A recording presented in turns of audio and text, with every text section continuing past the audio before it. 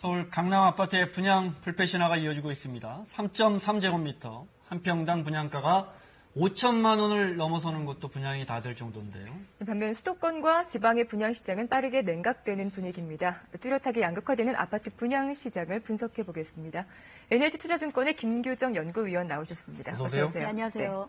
자, 먼저 서울 주요 지역의 분양 시세부터 알아볼까요? 강남은 아주 그냥 과열돼 있다고 하던데요. 어느 정도입니까? 네, 강남 재건축지구 한강변을 중심으로 좀 입지가 양호하고 투자자들의 관심이 높은 아파트들이 최근에 분양을 많이 했죠. 그래서 그곳들에는 청약통장 1순위 가지신 분들이 대거 몰리고 있는 상황입니다. 네. 3월에 분양했던 개포지구 주공 2단지의 경우에는 최고 경쟁률이 78대 1까지 치솟았고요. 1월에 분양했던 잠원동의 신반포자에는 최고 경쟁률이 107대 1까지 높아지면서 말씀하신 것처럼 3.3제곱미터당 거의 5천만 원에 육박하는 가격인데도 소위 이제 시장 얘기로는 불티나게 팔려나가고 있는 상황입니다. 그러면 20평만 돼도 10억 가까이 되는 거 아닙니까? 그렇죠. 요즘 강남권의 전용 면적 59제곱미터형, 옛날 평수는 한 25평 정도가 되면 아주 손쉽게 10억이 넘어가는 상황이 흔해지고 그런데도 있습니다. 분양이 다 된다 이 말씀이시죠? 강남 재건축의 강세. 그럼 최고 분양가는 얼마예요?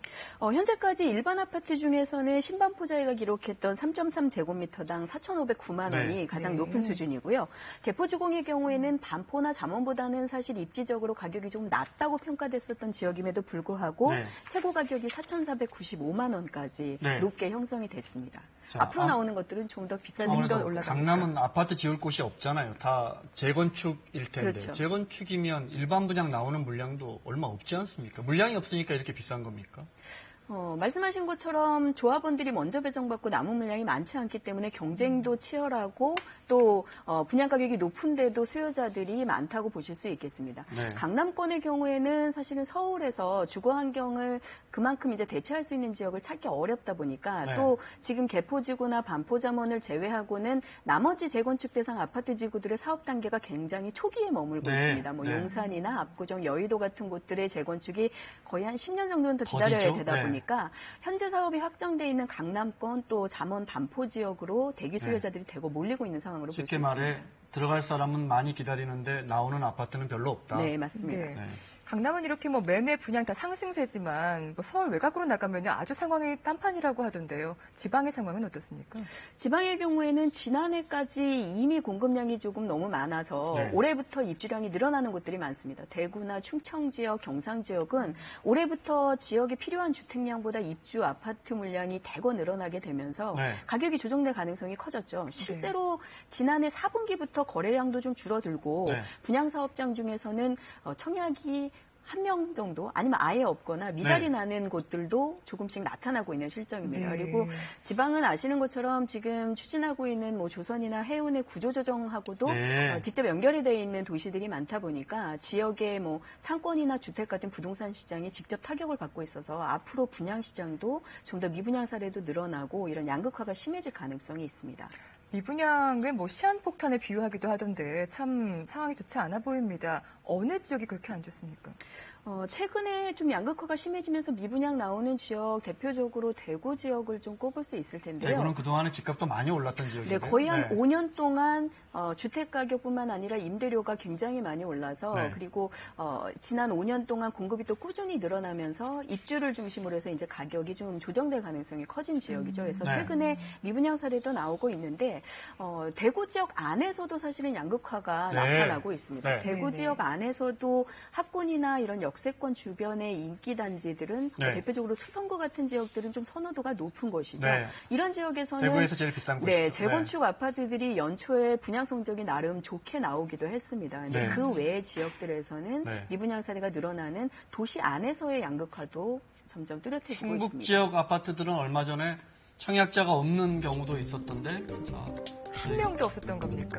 1순위 청약이 제천의 K아파트, 보은의 D아파트, 진천의 또 다른 아파트 역시 청약자가 없습니다. 그야말로 정말 양극화가 심하고 그것도 모든 지역이라고 일반화시키기는 어렵고 지역별로도 말씀하신 것처럼 맞습니다. 옹기는 많이 식었지만 어느 지역은 또 된다 이 말씀이시죠. 자, 문제는 이제 우리가 아파트를 구입할 때 내 돈 주고 다 사면 좋을 텐데 대부분의 가구가 대출받아서 산단 말이죠. 얼마나 대출받았는지 KBS가 조사를 해봤는데요. 한번 보시죠.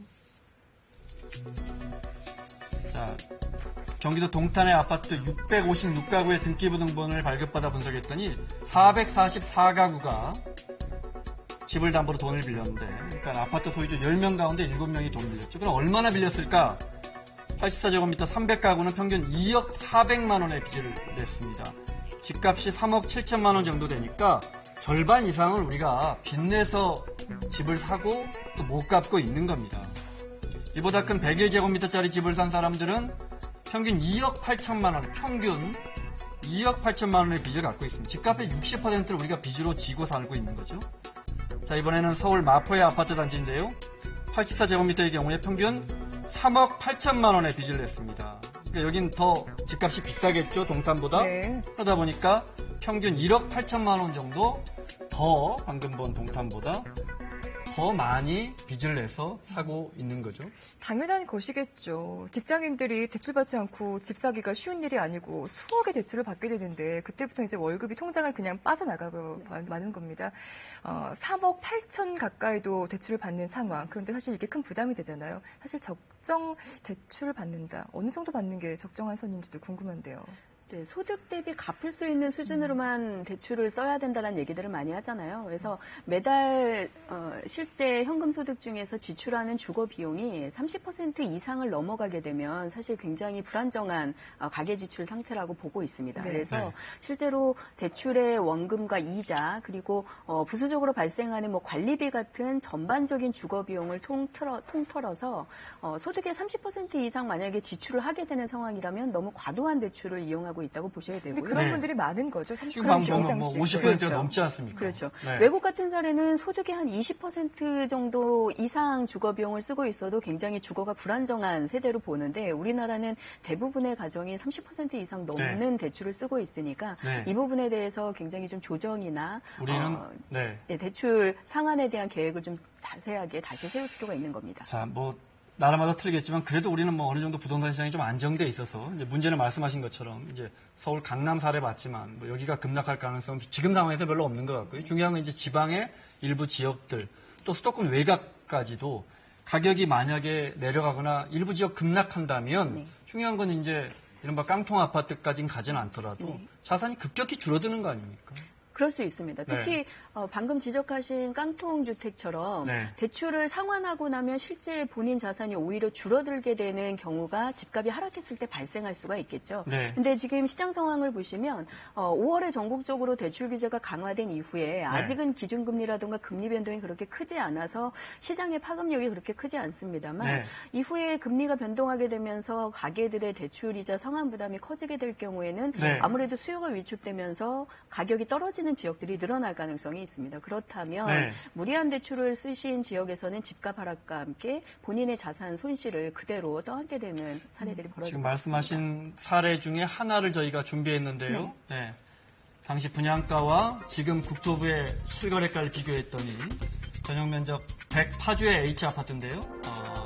2007년 분양할 때 100제곱미터짜리가 5억 3천만 원이었는데 지금 실거래가 찾아봤더니 한 4억 원 정도 합니다. 3억 9천짜리도 있고요. 155제곱미터 아주 큰 아파트인데 이건 9억에 분양됐는데 지금 실거래가는 5억, 비싸야 6억 정도입니다. 그러면 다시 계산을 해보면요. 저 아파트를 6억 3천짜리 아파트를 사신 분들이 보통은 자기 돈 2억 3억 갖고 샀단 말이죠. 근데 벌써 1억 넘게 떨어졌단 말이죠. 그렇죠. 네. 그러면 본인의 자산이 실질적으로 대출을 안 갚을 수는 없으니까 네. 상환하고 나면 남는 자산은 거의 절반 가까이 줄어들게 되는 상황들이 벌어질 텐데 네. 이 경우는 사실 두 가지 측면에서 좀 고민을 해보실 필요가 있습니다. 네. 일단 대출을 과도하게 썼다가 시장 상황에 따라서 집값이 하락한 경우에서 발생하는 리스크랑 한 가지는 지금 케이스는 어떻게 보면 좀 특이한 케이스죠. 네, 많이 금융위기 떨어졌죠. 직전에 네. 가격이 굉장히 고점이고 분양 네. 가격이 고분양가 논란까지 굉장히 그때 심했던 당시에 지역에 비싼 분양가라고 논란이 그렇죠. 됐던 아파트입니다. 그렇죠. 네. 그랬기 때문에 더 손해를 많이 보신 거긴 합니다만 지금 상황이 어찌 보면 여러 가지 외부 변수 때문에 시장이 좀 조정될 가능성도 보이고 있고 최근에 분양 가격이 실제로 많이 오르고 있잖아요. 네. 강남권의 분양 성공으로 전반적으로 분양 가격이 따라오르고 있는 추세이기 때문에 앞서와 같은 정도는 아니겠지만 유사한 사고가 생길 수 있다라고 네. 좀 대비를 하실 필요가 있습니다. 집값도 문제지만 집값 전세값이 너무 비싸서 서울시 밖으로 이탈하는 서울 시민들이 참 많아서 서울시 인구도 감소하고 있다고 하는데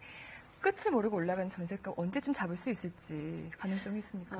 지금 전반적으로 전세 수요에 비해서 공급이 계속 줄고 있고 월세 전환이 일어나고 있기 네. 때문에 전세 금액은 뭐 상승폭은 줄겠지만 상승세는 지속이 될 것 같습니다. 아니면 전세를 오히려 월세로 돌려달라고 요구하는 집주인들이 늘어나고 있다 보니까 실질적인 주거 부담은 늘 수밖에 없겠죠. 그래서 전세도 찾기 어렵고 주거비 부담에 내 집 마련 고민하시는 분들은 지금 말씀하신 것처럼 좀 더 저렴하게 집을 장만할 수 있는 경기도 지역이나 외곽으로 이제 이동을 하고 계신데 그 지역 중에서도 뭐 교통이나 교육 환경 같은 인프라가 좀 좋은 곳들은 가격이 크게 떨어지지 않고 또 황금성도 좋기 때문에 어느 정도 내 집 마련이 가능하지만 뭐 황금성이 좀 떨어지는 연립 빌라라던가 아니면 공급이 너무 많고 교통 환경은 좀 안 좋은 외진 곳의 경우에는 말씀하신 것처럼 지금 가격보다 조정될 가능성을 좀 염두에 두셔야 될 것 같습니다. 알겠습니다. 강남 아파트 분양가가 오른다고 해서 서둘러 수도권 외곽이나 지방의 아파트를 서둘러 분양받을 이유는 없는 거죠? 그렇죠. 알겠습니다. 자, 김규정 연구위원이었습니다. 고맙습니다. 감사합니다. 자, 뉴스 집중 오늘 순서 여기까지입니다. 내일 다시 찾아뵙겠습니다. 고맙습니다.